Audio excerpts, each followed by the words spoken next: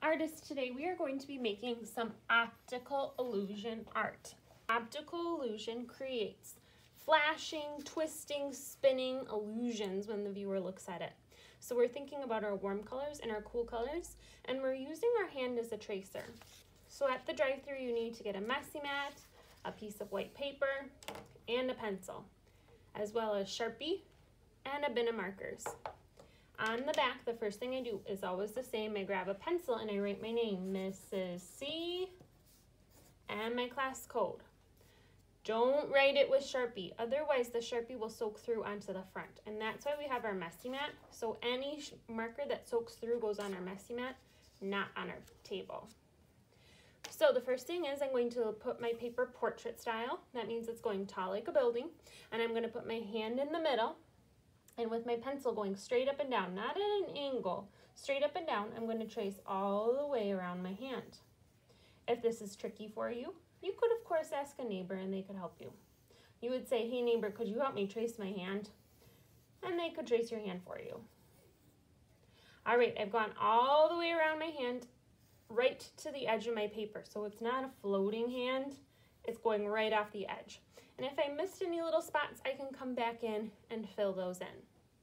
The next step is I'm going to use a circle or a square. I find a circle is the easiest shape to use.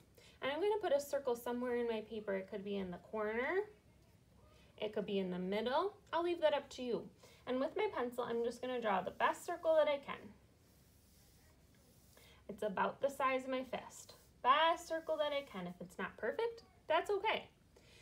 From my circle, I'm going to draw more circles that get bigger as they get away from my smallest circle in the corner. So about 3 fingers away from my small circle, I need to start my next circle. I use my fingers kind of like a guide or way to measure. And my circle is going to go right through my traced hand. 3 fingers away. That's where my next one is. See how I'm using light sketching lines? Sketching lines mean they're light, not super hard.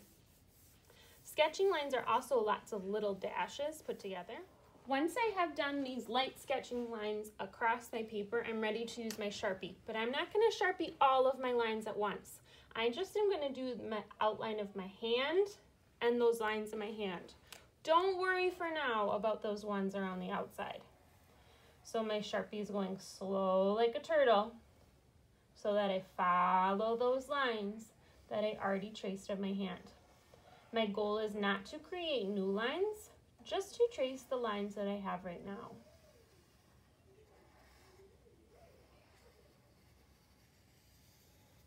I am also going to trace these curved lines that go through my hand. I'm going to look like I've got stripes. All right, now I'm ready to add color. We talked about the hot colors, which are orange, yellow, and red. And we talked about the cool colors, which are green, blue, and purple.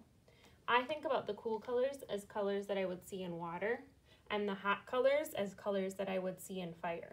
So choose either cool colors or hot colors to color in your hand. I think I'm going to choose the cool colors for now. So if you would like, you could do a pattern. If you would like to color them with just 2 colors, that's up to you. But you need to color in each shape or each stripe that's drawn on my hand with one of those cool colors. When I color with my marker, I notice that these markers are called chisel tip. That means it's kind of wide if I color on one side. When I color with marker, especially chisel tip, I try to color all in one direction. Just like how I paint. See how my marker goes back and forth, all in one direction. I don't color side to side and the diagonal. That's just good craftsmanship to have my marker go all in one direction. When I get to a black line, I slow way down because my goal is just to stay in my hand. I'm not coloring outside here, just in the hand.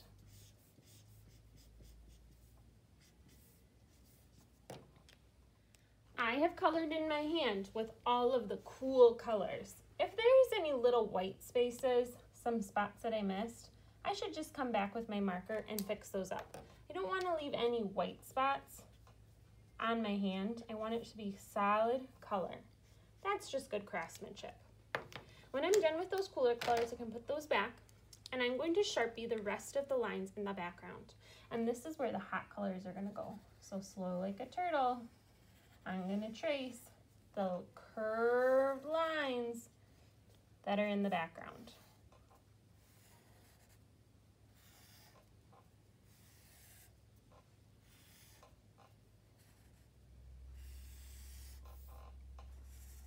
Now in the background is going to be the opposite. I'm going to use those hot colors, yellow, red, and orange.